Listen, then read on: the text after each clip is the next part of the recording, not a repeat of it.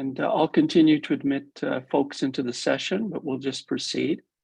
So thank you all for taking time out today to join us for Cando's Procurement Showcase 2022. We've got a really strong lineup of amazing presenters that are quite knowledgeable in terms of government procurement, and also on the Indigenous side, those that have participated in the process and have stories to share. From Cando's perspective, this isn't about showing you the way forward. We're just showing you a possible way forward for those that are interested in diversifying their businesses or their revenue streams via government procurement. So this is a possible way forward, and is part of Cando's commitment to provide information in this space for Indigenous businesses and economic development officers working in Indigenous communities. We'll speak more about Cando's ongoing efforts throughout this morning or this afternoon. But first, to begin, I'd like to introduce you to our Elder Rick Lightning, who will open up today's event. Elder Rick. Danse, mapamaskasigasun. Paskamustasoas lektutsian, di chaisino kumaskuchiwino. Good morning from downtown Musqueam in Alberta. I'll start off with a prayer and a blessing song, and I'll say a few words, and I'll give it back to Paul. I'm using my phone, so don't mind me if you lose me or whatever out here. But I'll. No tami mausewatsi and ha naskwina minigis kamina. Ha wapati na chaisino kwasaga maskina and wistawa paksitatski mios and penat mukutas utamatutama. So imnan which land guest matutma utamawane to monsexu, guest wapatama guest speak square. Guest petama so matutama the wicha had ni chaisino. Ogamatutama no smegwats. No tawi mausewats in gami and an askuman and minagis kamin.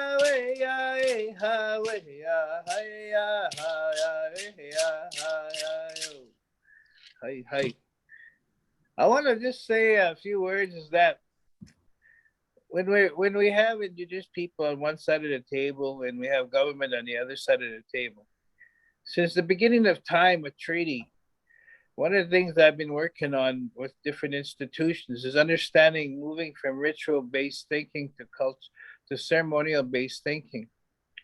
And that's something that's so important in that thinking of what do we when we're interacting with each other.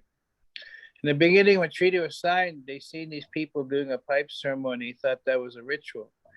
But really it was a ceremony. And I think that's where that thinking of that lens we look through from each side of the table and understanding each other's position, also each other's, what does that mean? They come with ceremony and we think, and then on the other side of the table is thinking it's ritual. Ceremony has spirit, ritual has no spirit. It's a process that's done, and that's without spirit. Whereas ceremony has a spirit and it has spirit and intent. And that's something that I think that if we could ever come to that conclusion of both sides of the table, come to the point in our discussions of the spirit and intent of that discussion, and understanding each other that these people across the table, the Indigenous people, the Cree people, the Ojibwe people, understand the individuality of each tribe. It's not Indians, not pan-Indian across the board, but recognizing each tribe as who they are and their language and their culture and And that's really important to do your homework as government officials, is who are you dealing with? What people are you dealing with? And what tribe are you dealing with?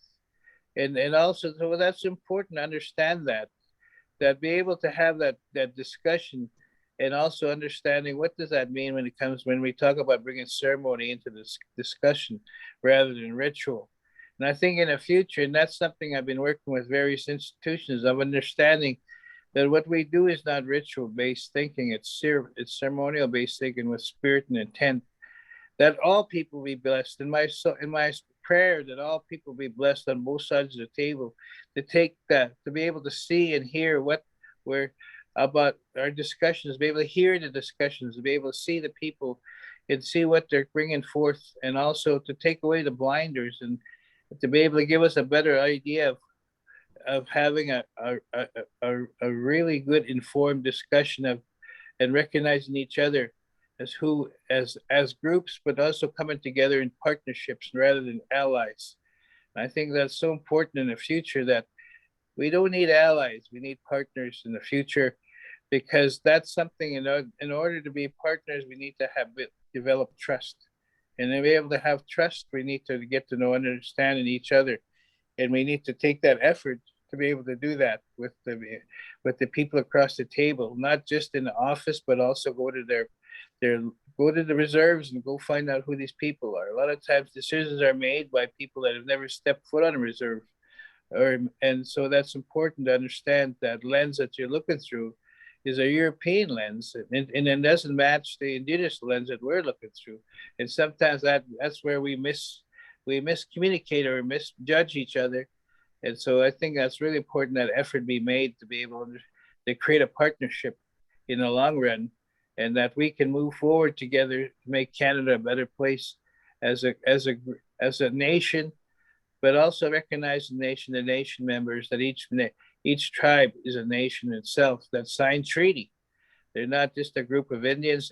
Each nation signed treaty on behalf of their people, and the Blackfoot people, the Ojibwe people, the Cree people, recognizing each individual people as who they are, not this pan concept of that all Indians are the same. We're not. We all come from a unique background, and then it comes back to thousands and thousands of years.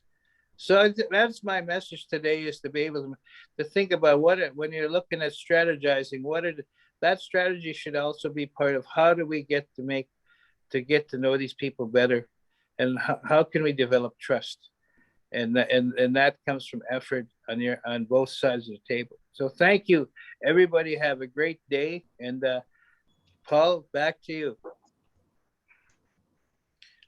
Thank you so much, Mushimrik. Thank you for your words and for your song this morning. We've got a busy couple of hours ahead. I see that Ray Wanuch from Cando is on. Ray, do you want to say a few words?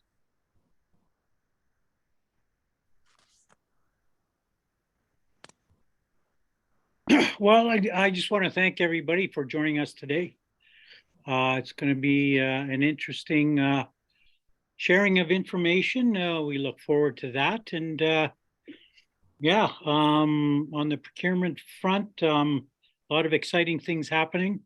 I know a lot of the national Indigenous organizations are coming together to find ways to make it easier for Indigenous suppliers to get involved with securing government procurement contracts. So some of them are fairly large dollar amounts, so that's always exciting if we can get those. But what we're learning is that there's a big learning curve as well involved, and there is a cost in time and energy to complete applications, go through the process, and there is no guarantee you are going to win the contract. So that's the other thing to keep in mind. But we're here to help with that process and better the odds for Indigenous suppliers to secure some of these contracts. So we look forward to working with you all in the near future. Thank you, Paul. Thanks, Ray. For all those that missed the early introduction, my name is Paul Macedo, Communications Director with Cando. Today I'll be tag teaming hosting duties with Cando's newest staff person, John Johnstone, who is Associate Director of Procurement. Some of you on the procurement side and government side will know John quite well. So we're going to share our duties. I just want to do a quick land acknowledgement.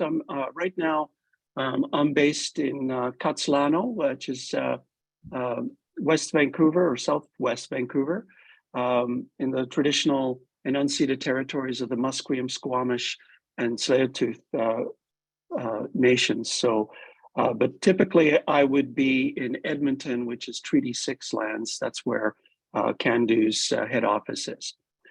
John, do you want to take it away and introduce our opening panel?